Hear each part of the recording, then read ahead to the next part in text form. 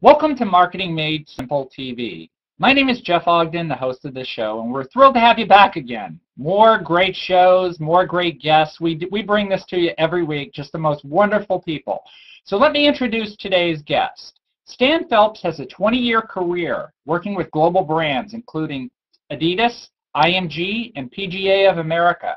He's worked as a brand marketing manager for Adidas, and he worked in Yankee Stadium.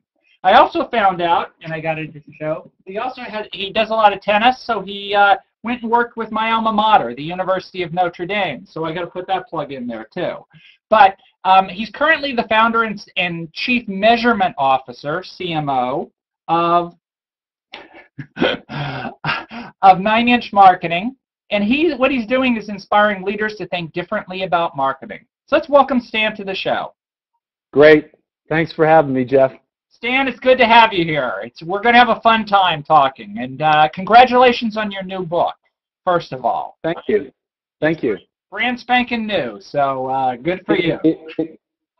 It's all about the green, so I wore this green hat in your honor. So tell us, I'm going to start off with the question I always start off with, but I want to talk about your book. But the question we always start our guests off is really simple. Who are you and what do you do? So I am an experienced architect at a firm called 9-Inch Marketing, which is my own consultancy. And why 9-Inch Marketing? It's because the average distance between the brain and the heart is 9 inches. And the work I do, I write and I speak and I work with brands about getting to the heart of their core constituents, which is employees and customers.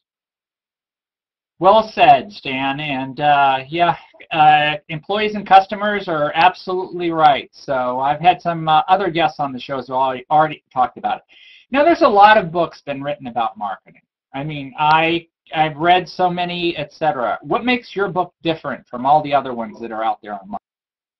Well, you'd mentioned this is actually my second book, and it's actually part of a trilogy. So the first book was What's Your Purple Goldfish?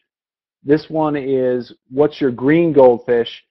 And the last one is going to be What's Your Golden Goldfish? But what makes this different from almost any other marketing book is that it's based on a concept called marketing lagniappe.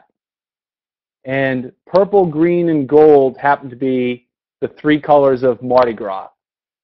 And the whole concept of what I write about is a concept called lagniappe, which is essentially, if you've ever been to New Orleans, it's customary for the business to do a little something extra, to give that little unexpected extra at the time of purchase. And so what I write about is how do you do the little things that can make a big difference? And that's what both purple and green is now about. Purple is about the customer, and green is starting with employees first. What can you do for your team to get them more engaged and essentially reinforce the culture of your organization? Interesting. So why is it so important that companies champion their people? Why are the people that work for you so important? Well, it's based, Jeff, really on just a simple premise, and it's the idea that happy employees lead to happy customers, and that's it at the core. Is that really you need to take care of your employees first, and what people don't realize is that there's a huge engagement crisis in this country. 69%, according to Gallup, 69% of employees are either not engaged or actively disengaged. Essentially, they've already quit. They just haven't left the company. And so it's proven that if you can engage and have a more engaged workforce, that translates to the bottom line. And so it's absolutely vital that you look towards your employees first. Interesting, and you're right, because the employees are the foot soldiers of the business. I mean, they're the ones out there doing the work. So obviously, now can you give us any examples of companies that have lived this concept, that have embraced this concept, and the kind of results they've gotten? Sure. So let me back up. So how I've written both books is essentially through a crowdsourcing effort. And so I created projects, and I crowdsourced 1,001 examples of companies that do the little extras. So there are literally hundreds of examples in both of the books. But when you look at, I'll give you a few examples of companies. There's a tremendous example of a company that's actually based in Brazil called Semco. And Semco is a completely transparent company. That's one of the things, when I looked across all of these companies, that the great ones have in common. Information at these companies is public by default. And so what's interesting about Semco is they even have union workers, which you would think would fly in the face of being transparent. They actually go the extra step of actually creating, they have a couple of almost like comic type of books that help explain all of the financials for the organization. And then you have companies here in this country, whether it's a Patagonia, a Zappos, a Google, that are known for going above and beyond and engaging their workforce. So there's just literally a ton of examples and 15 different ways that you can engage your employees and reinforce the culture of an organization. Interesting, and I think people should pick up your book and learn what those concepts are. But now, let's talk about who your book is written for. Who is your target audience? Who should be buying your book and reading it? Who do you think should be doing it? Well, I think anyone who is a leader of an organization is who this book is targeted for. So it is targeted for a startup organization all the way up to a Fortune 100. Anyone who, if you're not a solopreneur and you have a team, this book is for you. And essentially, it's just chock full of examples and ways to go about creating these little things. Because let's face it, Jeff, we've all been in organizations where, you know, you have the bright lights and the dry ice, and there's kind of these, you know, the big change of the month, the flavor of the month. And that stuff doesn't work. It's literally about creating the little things that you can roll out one at a time that collectively can make the big difference. Interesting. So let's say a C-level executive reads your book and he finishes it on a Friday afternoon and he learns what all these little things are. What should he do Monday morning? Monday morning, you walk in. One of the easiest things that you can do, Jeff, is really thinking about the process of what you do with bringing new employees into an organization. So a term that, and the first step in the book is onboarding. So what does the whole process look like when you're bringing new employees into the organization? And the great companies, you know, they're reaching out to the employee before they show up. When the employee gets to the office on the first day, you know, it's not a situation where they show up and the employer goes, "Oh, you're here. Let's find you a computer and a desk." The great companies have really thought about the onboarding process, and whether it's having a buddy system, whether it's doing a series of trainings throughout the onboarding process, but what they do is help reinforce the values of the organization and get off on the right foot. I mean, it's so key. You never get a second chance to make that first impression. And employees make a decision, studies have shown, whether or not they're going to stay for the long term within their first few months at an organization. So onboarding is absolutely key from the get-go. Interesting, and you got some great points, and certainly onboarding is really important, especially if you have a strong company culture. And very good. So, what are some of the practices that companies do wrong? Some of the mistakes they make today that you see? You must see these all the time. Well, the one thing I think is probably one of the biggest reveals throughout the whole project is that there really is a lack of management training or a focus on developing leaders in a company. And one of the stats that really rings out is that 75% of people that leave an organization don't quit their job, they quit their boss. And so, concentrating on a process where you can help enable and build leaders and making sure that you're training adequately is an absolute key. And that's again, one of the things you could do right away to help kind of build a more engaged workforce and make sure you're retaining your people. Because at the end of the day, there's a lot of money that's spent with hiring, recruiting, and training that could better well be spent on your employees themselves, and you're going to have happier, more satisfied employees that are more productive. Interesting. So onboard them the right way and invest in leadership training, etc. So those are some really good points there. So what do you think, what are some of the best practices you saw in researching the book, some of the little things that some companies did really well?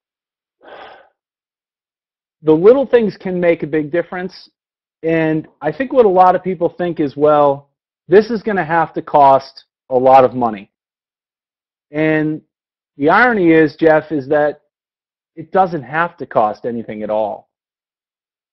Little things like handwritten notes can make a huge difference. And there's a great story in the book about the former CEO of Campbell's. And during his decade tenure at Campbell's, he wrote 10,000 handwritten notes to his employees. I mean, 10,000, unbelievable. So little things like writing handwritten notes, little things like investing in, say, a bigger kitchen or a well-stocked kitchen. You're creating an environment where people are going to collaborate, be able to spend time together. There are a lot of things that you can do that don't cost a lot of money. And I think recognition is an absolute key. And one of the things that kind of came out of the book is that most people think of recognition as something that happens afterwards. And the kind of paradigm shift in this book is that recognition should actually, you can't do it too soon or too often, and then it actually can further performance. It's not something that comes after. Doing it correctly and doing it often actually fuels performance. It's kind of that concept of catch somebody doing something right. Exactly, exactly. And yeah, doing it in a way, Jeff, doing it in a way that actually reinforces the values of the organization. And there are some great examples. I love it when a company, instead of just doing the quarterly employee of the month or some generic thing, companies that have actually made it signature to what they're about. And I'll give you a couple good examples. One is the Container Store. And they actually give out what they call the Gumby Award.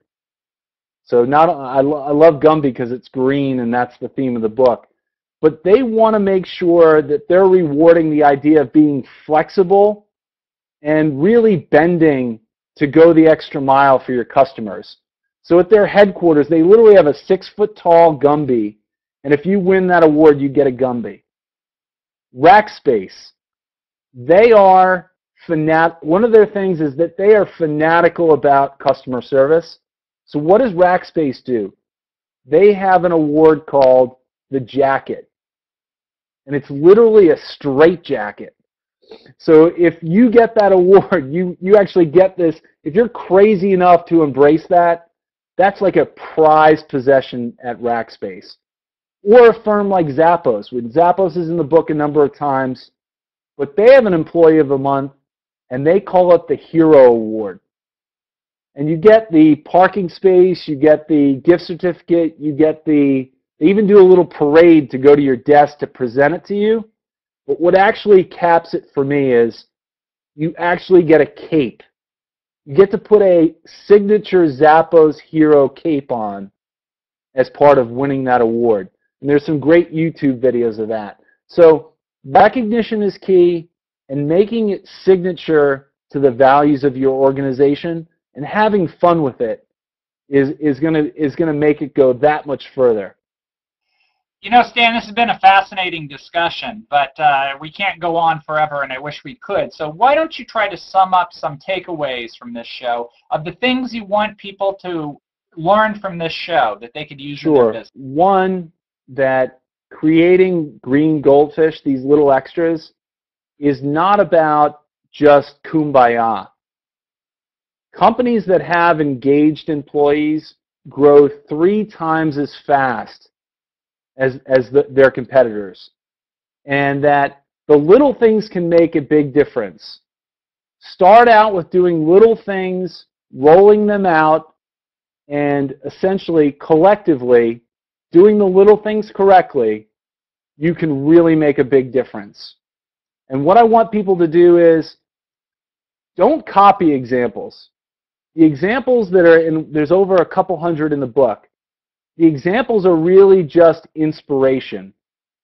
The best thing that I want people to do is be able to be inspired by this, to go and actually create programs for their organization to bring green goldfish to life. Great stuff, Stan. So last question I'm going to ask you is, for the viewers watching this show, where can they learn about you and the kind of work you're doing? Great. My website is 9inchmarketing.com. So that's the number 9inchmarketing.com. There's a resources page there. I blog, if not daily, every other day, talking about these kind of signature examples. And feel free to go there and learn a little bit more about both purple goldfish, green goldfish, and my next project, which is gold goldfish. I want to thank Stan for being an awesome guest on the show. So go pick up his book. What's Your Green Goldfish is the name of it. It's at Amazon, at many other sites. Before we go, we got to thank our sponsors because they make the show possible. Avatage is a great content marketing company, video content, avatage.com. Digital Ethos is an educational site, digitalethos.org. Communication Strategy Group.com is a PR and brand telling company. Eloqua, a large revenue marketing company.